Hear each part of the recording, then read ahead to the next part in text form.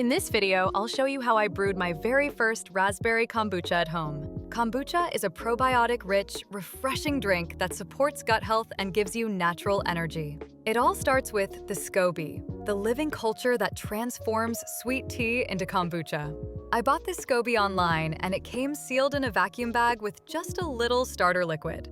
To begin, I measure 15 grams of black loose-leaf tea and about 200 grams of sugar. Then, I pour 1 liter of boiling water into a pot with the tea and sugar and give it a good stir. It's food for the SCOBY. The culture eats the sugar and turns it into healthy acids, probiotics, and a light, natural fizz. After stirring, I leave the tea to steep for about 15 minutes. Once it's ready, I strain the tea into a clean 3-liter glass jar. To cool it down more quickly, I add cold water. This step is important because the SCOBY should never be added to hot tea. When the tea is at room temperature, I gently add the SCOBY. Then I pour in the starter liquid from the bag to kickstart the fermentation.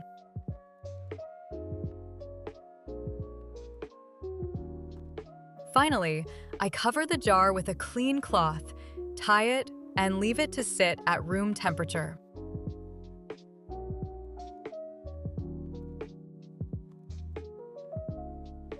On day 3, the SCOBY had sunk a little, and a new baby SCOBY was already forming on the surface, with bubbles rising around it.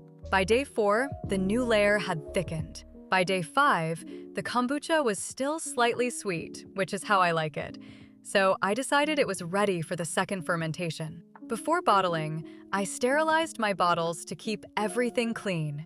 Then I poured the kombucha into them. For the first bottles, I added frozen raspberries. They bring sweetness, color, and lots of bubbles. In the second bottle, I added dried lemongrass for a light citrus flavor.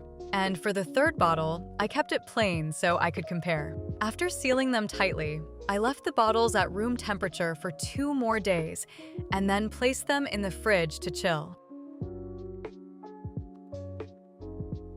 Now the kombucha is ready to drink. The raspberry one turned out perfectly fizzy, bubbly, tangy, and refreshing. It's packed with probiotics that are great for digestion.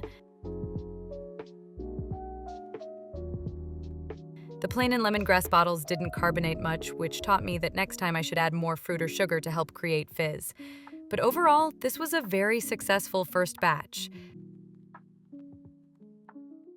If you like natural health tips, don't forget to like and subscribe for more.